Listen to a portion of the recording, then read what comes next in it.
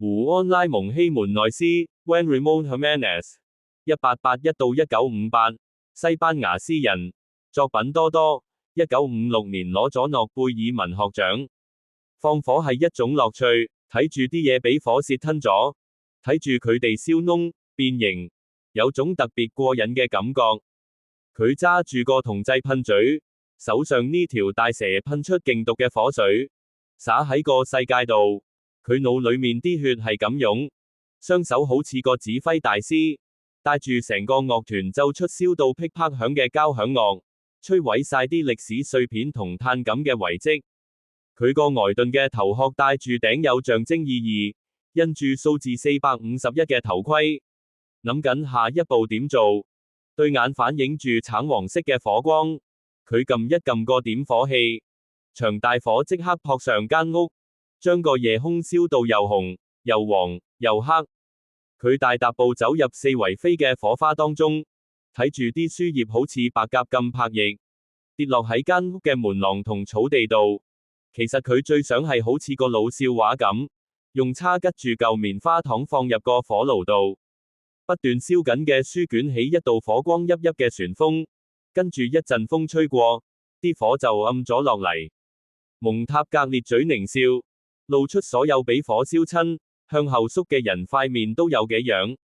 佢知道返到消防局之後，佢會對住塊鏡同自己眨下眼，個樣好似個塊面搽到黑紋紋嘅小丑咁。再夜啲，等到佢準備上床瞓，喺黑暗裏面，佢會覺得個獰笑仲撐住佢塊面啲肌肉。個笑永遠唔會消失，佢記得起以嚟，從未消失過。佢掛起甲蟲式嘅黑頭盔，抹到佢立立令，件防火褸都仔細掛好。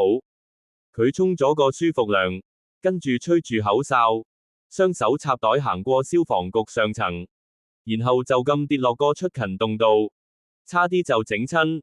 最後一刻蒙塔格伸手揸實條金色鋼管剎停咗，吱加一聲，佢停住咗，腳踭離水泥地得返1寸。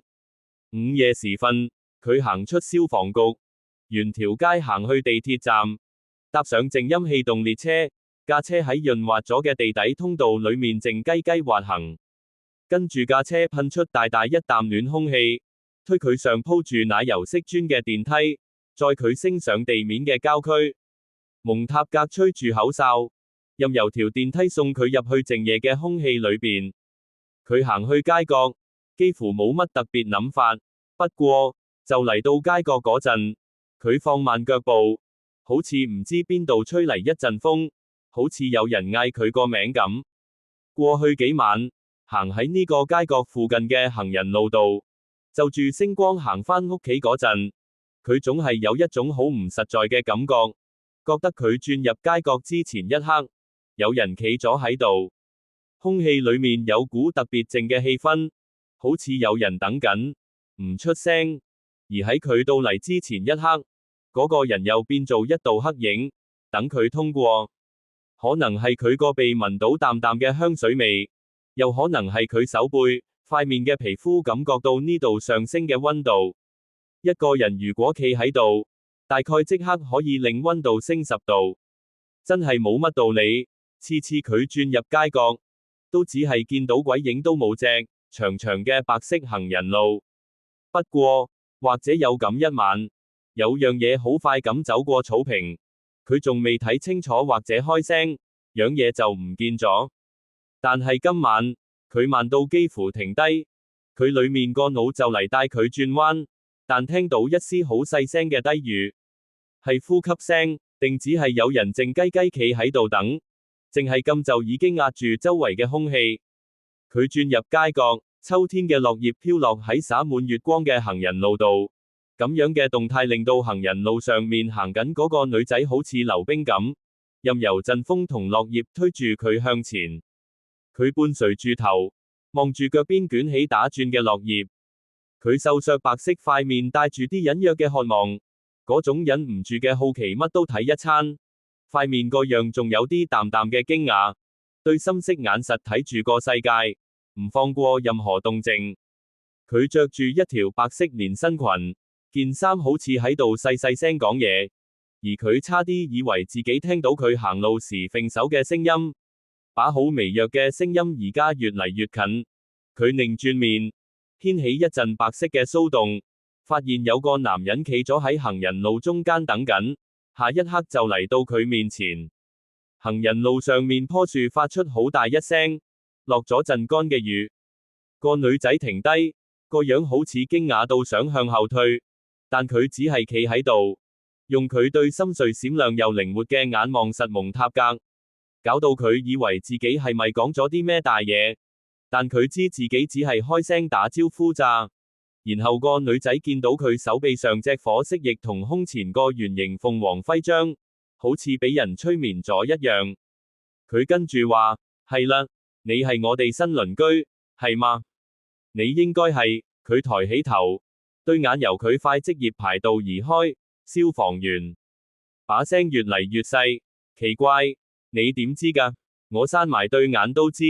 佢慢慢咁講。點解？火水味。我太太成日投訴。佢笑咗，絕對冇可能完全沖得走嘅。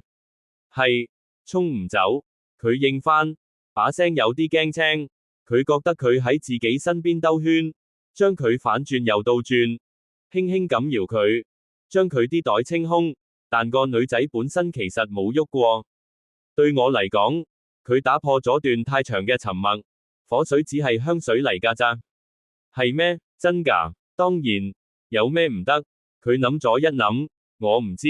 佢轉身面向返屋企方向嘅行人路。我可唔可以同你一齊行返去？我叫克萊利斯麥可勒蘭。克萊利斯。我叫蓋伊蒙塔格。行啦，你咁夜喺出邊蕩嚟蕩去做咩？你幾多歲啊？微風吹拂嘅夜裏邊，暖得嚟又涼浸浸。兩個人行喺銀光閃閃嘅行人路上，空氣飄嚟淡淡嘅杏桃同草莓味。蒙塔格四圍望，先發現呢個冇乜可能，早過咗呢啲生果當造嘅季節。而家只有個女仔行喺佢身邊，佢塊面喺月光下面好似雪咁白。佢知道佢仲諗緊佢條問題，盡可能想揾到最好嘅答案。我17歲，同埋我黐線㗎。佢話，我阿叔話呢兩樣嘢要一齊講。如果有人問起我幾多歲，一定要話我17歲而且黐線。夜晚呢個時候出嚟散步好正，係嗎？我鍾意四圍聞下，睇下。有時成晚唔瞓，就係一路行，睇住個太陽升起。然後兩個人又靜咗落嚟行。最後佢終於若有所思咁開口：你知唔知啊？我一點都唔驚你。佢好驚訝，點解你要驚我？好多人驚，我係話，佢哋驚消防員。但講到尾，你都只係一個人啫。佢喺個少女對眼度見到自己，掛喺兩滴閃閃亮嘅水珠裏邊。佢個倒影又深又細，細節一清二楚。佢嘴唇嘅線條，反映喺佢對眼裏邊嘅所有嘢都係。佢對眼好似兩粒有魔法嘅紫色琥珀，可能會捉住佢，將佢成個人圍住。佢塊面而家擰過嚟對住佢，奶白色塊面睇落好似好易整爛，好似水晶咁不斷透出柔和嘅光彩，唔係電力發出嗰種歇斯底里嘅強光，但似啲咩呢？似蠟燭發出嘅光，俾人一種好奇怪嘅安心感覺，罕有又令人覺得溫暖。喺佢仲細個嗰陣，有一次停電，佢阿媽揾出屋企剩低嘅一支蠟燭點着。嗰次俾佢哋短暫咁攞返以往嘅記憶，咁樣嘅光亮消除咗空間好大嘅邊界，喺佢哋四周圍形成個舒服嘅空間。兩仔乸捱埋一齊，個心境變咗，希望電力唔好咁快恢復。然後克萊利斯麥可勒蘭話：我可唔可以問下，你做咗消防員幾耐？從我20歲起，10年啦。你有冇睇過啲你燒咗嘅書啊？佢笑咗，咁係犯法㗎喎。又係，份工幾好啊。星期一燒米萊，星期三燒惠特曼，星期五燒福克納，將書燒成灰，再將灰都燒埋。呢個係我哋嘅官方口號。兩個人又行咗一段路，個少女話：聽講好耐以前，消防員嘅工作係救火唔係放火，真唔真啊？唔係，房屋一直都係防火建材，信我啦。好奇怪，我聽過話好耐以前，房屋會唔小心燒着，就需要消防員嚟救火。佢笑咗，佢好快咁望咗佢一眼，你笑咩啊？我唔知，佢又笑，然後先停低問，做咩啊？我冇特登講笑話嘅時候你笑，提問你就即刻應我，你根本冇停低諗一諗我問咗啲咩？佢停低腳步，你真係好奇怪。佢望住佢講，你唔識禮貌㗎，我唔係特登頂撞你，我諗大概係因為我太中意觀察人啦。呢個對你嚟講冇任何意義咩？佢拍咗拍縫喺佢煤炭色衫袖上面嘅數字，451。有啊，佢細細聲講，跟住加快腳步。你有冇見過呢條大路上面標緊嘅噴射引擎車啊？你扯開話題喎，我有時會諗，嗰啲司機根本唔知咩係草，咩係花，因為佢哋從未仔細睇過。佢話，如果你俾個司機睇一嚿綠色的嘢，佢會話，哦係草，粉紅色呢，係玫瑰花園，白色嘅係屋，啡色嘅係牛。我阿叔有一次喺高速公路慢慢揸車，時速40英里，結果俾人拉咗去坐2日監。係咪好好笑？又有啲慘。你諗嘅嘢都幾多喎？佢有啲唔自在咁講。我好少睇客廳道幅電視場，又唔係好參加賽車或者去遊樂園玩，所以我先會有咁多時間諗埋啲黐線嘢啫。你有冇見過市鎮外面啲鄉間豎起200尺長嘅廣告牌啊？你知唔知以前嘅廣告牌其實只有20尺長，但係而家啲車開得咁快，佢哋先至要將塊牌整長，個影像先會清楚。我唔知喎，蒙塔格突然大笑，我咁打賭，我仲知其他你唔知嘅嘢，好似朝早啲草上面會有露水咁。佢一時之間諗唔起自己知唔知呢件事，搞到佢有啲懵。而且，如果你仔細睇，佢向個天點點頭，月亮上面有個人。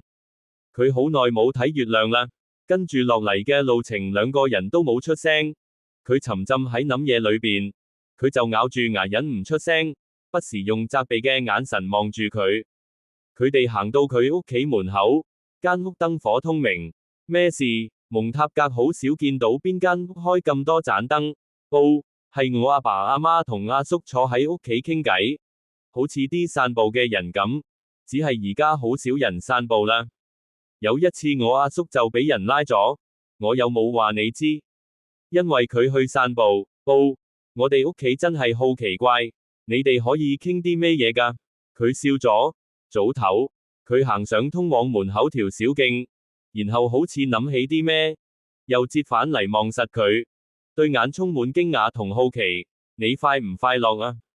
佢話，我，咩話？佢大聲嗌咗出嚟，但佢已經走咗啦，喺月光下面奔跑緊。